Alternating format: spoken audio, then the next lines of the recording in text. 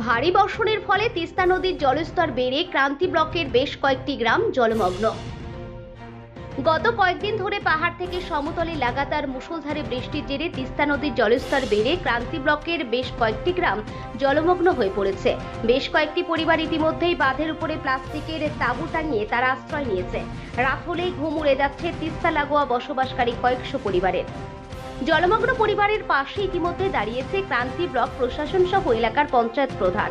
আজ সকালে ক্রান্তি ব্লকের বিশিষ্ট সমাজসেবী মোহাম্মদ নূর নবীল ইসলাম বন্যায় ক্ষতিগ্রস্ত পরিবারদের শুকনো খাবার, চিঁড়ে, গুড়, ডাল, মুড়ি ইত্যাদি দিয়ে পাশে দাঁড়িয়েছেন।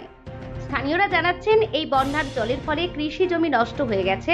সমাজসেবী মোহাম্মদ নূর নবীল ইসলাম জানান, দ্রুত বাঁধ নির্মাণের কাজ যদি প্রশাসন শুরু করে তাহলে এই বন্যা থেকে কিছুটা হলেও এলাকাবাসী সুরক্ষিত থাকবে। জলপাইগুড়ি থেকে কার্তিক সরেনের রিপোর্ট, খবর বর্ধমান নিউজ। কখন থেকে জল বাড়ছিল? প্রশাসন বা কোনো কোথা থেকে সাহায্য পেয়েছেন কি? হ্যাঁ, পাইছি। সেই বাঁধের কি কোনো আশা দিয়েছিল?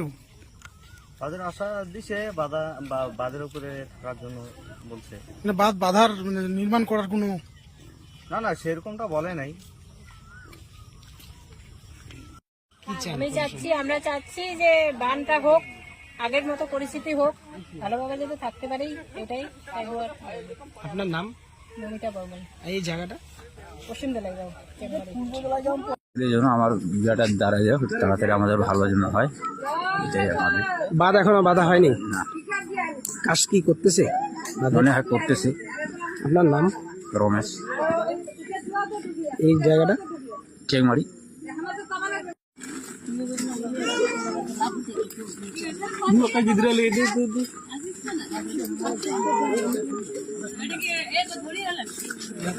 পরিবার আছে এখানে বাঁধের উপর?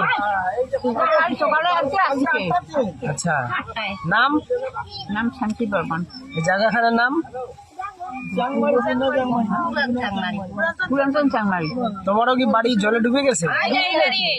বাড়ি ঘর সবে ডুবে গেছে। কাকা, কি হয়েছে এখানে? এই তো ডুবাডুবি শেষ। আচ্ছা, কোন জায়গা এটা? এটা তো চ্যাংমারি। আপনার নাম? সানিয়া মন্দির। আচ্ছা, মানে আপনার বাড়িও রয়েছে নদীর? হ্যাঁ, ওই যে বাঁধের নিচে রয়েছে। বাঁধের ভিতরে।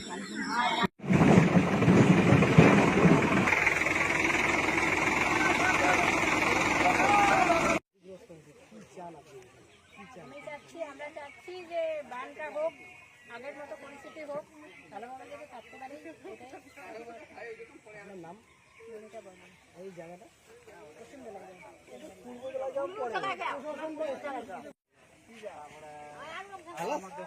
ভালো মানে কি দুঃখে সুখে চলে?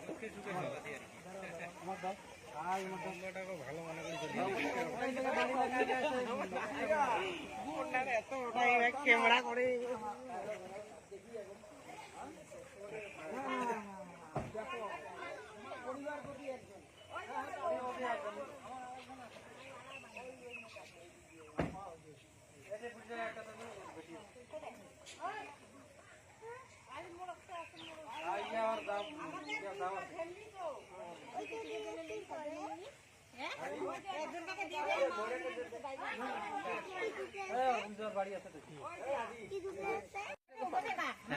দাদা, আজকে দেখলাম আপনি এখানে এসে কিছু মতলব ডোনেট করলেন, চিরা, গুড়, বিস্কিট।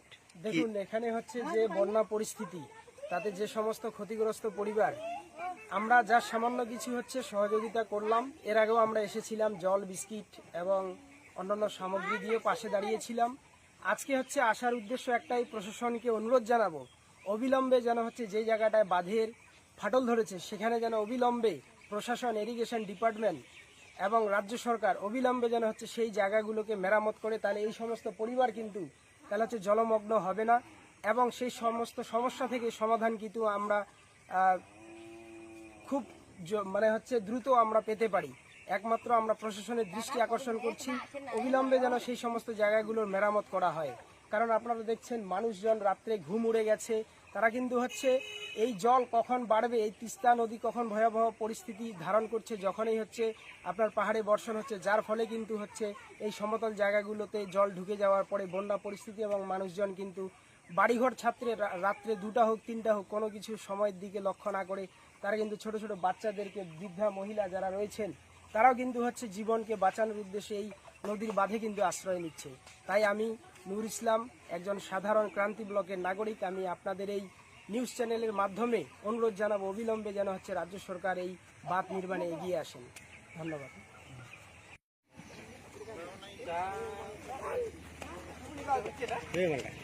হ্যাঁ, ভালো তো।